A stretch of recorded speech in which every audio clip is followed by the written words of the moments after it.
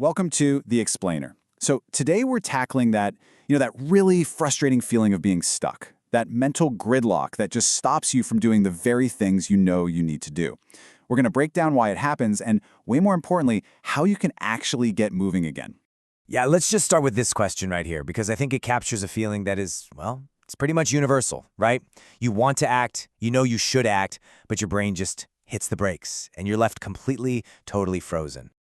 Okay, so what's really interesting here is that this feeling, it isn't just some vague mood. No, it actually has a name. And getting a handle on what's really happening inside your brain, that's the first step to finally breaking free. And here is the absolute crucial point. What you're experiencing is paralysis. It's not laziness.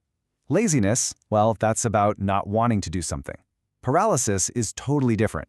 It's a neurological response where you desperately want to act, but your brain's executive functions have just temporarily shut down. Let me say that again. It is not a character flaw.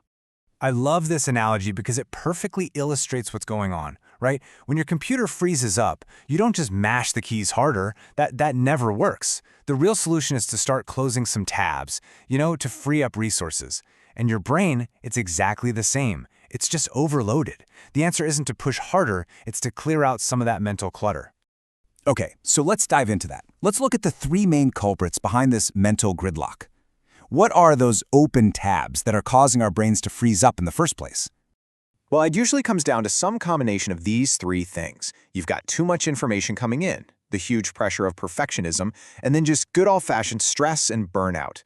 When those three get together, they create the perfect storm for total inaction.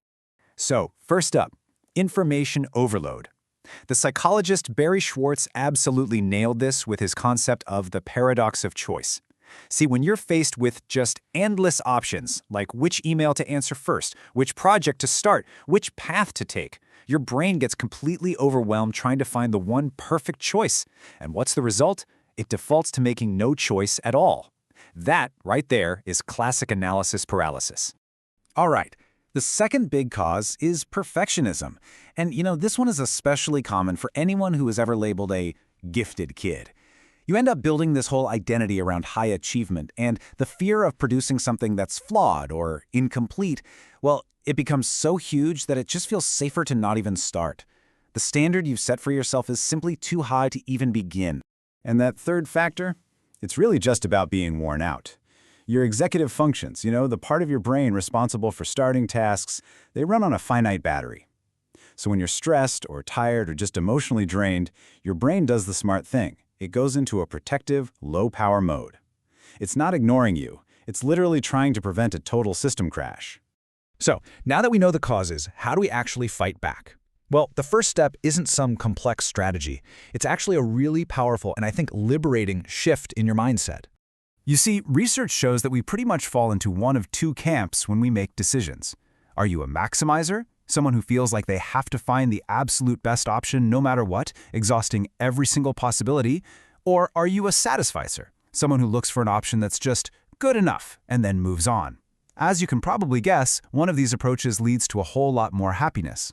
And what's so fascinating here is just how counterintuitive the results are. I mean, you'd think that always seeking the absolute best would lead to the best outcomes, right? But the research is crystal clear on this. Maximizers consistently report feeling less happy, more regretful, and way less satisfied with their lives. And it's because they're always haunted by the possibility of a better choice they might have missed out on. And this brings us right to the antidote. It's simple. Consciously give yourself permission to be a satisficer. Aim for good enough instead of perfect. Just that one mental shift can directly short-circuit both analysis paralysis and perfectionism. It really is true. Done is so much better than perfect. All right, so that's the mindset shift. Now let's get practical. Let's look at a hands-on tool that can turn this whole good enough idea into real tangible action. And this tool actually comes from a Japanese business philosophy called Kaizen. It basically means continuous improvement. The core idea is super simple. Big changes don't come from giant, scary leaps. They come from the accumulation of a bunch of incredibly small, consistent steps. It's the perfect counterattack for that feeling of being completely overwhelmed. Just look at these examples here. I mean, they seem almost laughably small, don't they? And that is exactly the point.